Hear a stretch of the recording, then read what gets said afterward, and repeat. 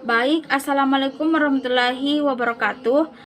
Di sini kami dari kelompok 6 akan mempresentasikan mengenai pengaruh faktor sosial dalam perkembangan agama pada manusia. Nah, sebelum itu perkenalkan, nama saya Safiridin Ulfia sebagai pemateri pertama pada materi ini. Nah, di sini saya yang pertama langsung saja, yaitu pengaruh yang pertama itu kooperasi. Dengan adanya faktor sosial yaitu kooperasi atau kerjasama menuntun perilaku keagamaan manusia untuk saling bekerja sama dalam kepentingan agama. Contoh sederhana yaitu umat muslim yang bekerja sama untuk membangun tempat ibadah atau masjid sebagai tempat mereka beribadah. Secara langsung dapat dilihat bahwa faktor sosial kooperasi atau bekerja sama berpengaruh besar terhadap perkembangan agama manusia. Nah, selanjutnya yaitu faktor selanjutnya yaitu kompetisi. Dengan adanya faktor sosial yaitu kompetisi mendorong untuk seorang individu untuk berkompetensi dalam hal kebaikan.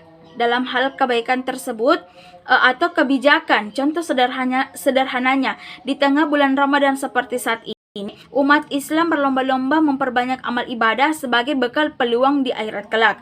Dengan adanya kompetensi ini dapat menstimulus kesadaran agama seorang individu untuk memperbanyak ibadahnya terutama di bulan suci Ramadan ini. Jika dilihat dari contoh ini, sudah sangat jelas bahwa kompetensi memiliki pengaruh besar dalam perkembangan agama manusia. Yang ketiga yaitu dengan adanya konflik. Dengan adanya faktor sosial yaitu konflik membuat manusia menggunakan akal untuk menyelesaikan konflik. Namun yang tidak kalah penting dalam pengambilan solusi untuk konflik juga harus turut mengedepankan nilai agama dan kepentingan orang banyak. Dengan adanya konflik, seorang individu atau manusia akan diuji kesadaran agamanya karena keputusan atau solusi bukan hanya sekadar solusi tepat, menyangkut pula kepentingan orang banyak dan juga nilai agama, merampas hak orang lain dan sebagainya.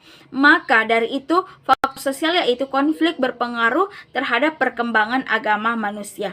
Baik, itulah tadi mengenai pengaruh faktor sosial dalam perkembangan agama manusia itu, dan saya sedikit tambahkan bahwa perubahan sosial merupakan perubahan yang terjadi dalam struktur kehidupan manusia, diyakini sebagai satu peristiwa yang mempunyai proses atau mekanisme tertentu. Terjadinya proses perubahan pertama itu kontak dengan budaya, sistem pendidikan formal yang maju, sikap menghargai hasil karya seseorang dengan keinginan untuk maju, toleransi dan sistem terbuka. Nah, selanjutnya yang akan dibahas oleh partner saya, Sulfikar, membahas tentang lanjutan mengenai pengaruh faktor sosial dalam perkembangan agama manusia. Dengan ini saya persilahkan. Baik, bismillah, assalamualaikum warahmatullahi wabarakatuh. Perkenalkan, nama saya Zulfikar. Saya akan melanjutkan daripada materi pengaruh faktor sosial dalam perkembangan agama manusia. Jadi materi keempat yaitu atau pembahasan keempat itu akomodasi. Jadi akomodasi berkaitan dengan kemampuan intelektual seseorang untuk mencerna sesuatu yang akan disosialisasikan pada sesuatu perilaku yang diakomodasikan itu baik bersifat pandangan maupun bersifat nalar. Pikiran dan perilaku budaya baru dapat mendorong orang-orang untuk beragama, melakukan kontak dan interaksi terhadap orang lain. Adapun ada satu sifat lagi dari akomodasi sebagai faktor sosial dalam agama. Hal ini berkaitan erat dengan upaya melanggengkan perilaku agama dalam kehidupan sosial. Jadi setidaknya ini merupakan kecenderungan orang tua untuk membekali anak dan keturunannya dengan pedoman agama sebagai hidup mereka. Sebab perilaku agama ini diyakini akan dapat dijadikan jembatan atau komunikasi terhadap orang lain dalam pergaulannya. Itu yang pertama terkait dengan akomodasi. Kemudian yang kedua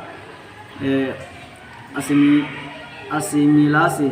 Jadi dengan adanya faktor sosial itu, asimilasi menyebabkan timbulnya golongan-golongan dengan latar belakang yang berbeda.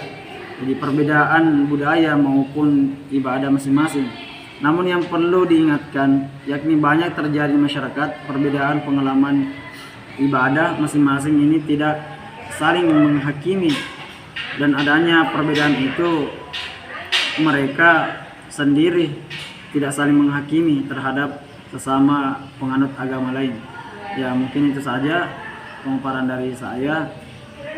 Secukupkan sekian. Wassalamualaikum warahmatullahi wabarakatuh.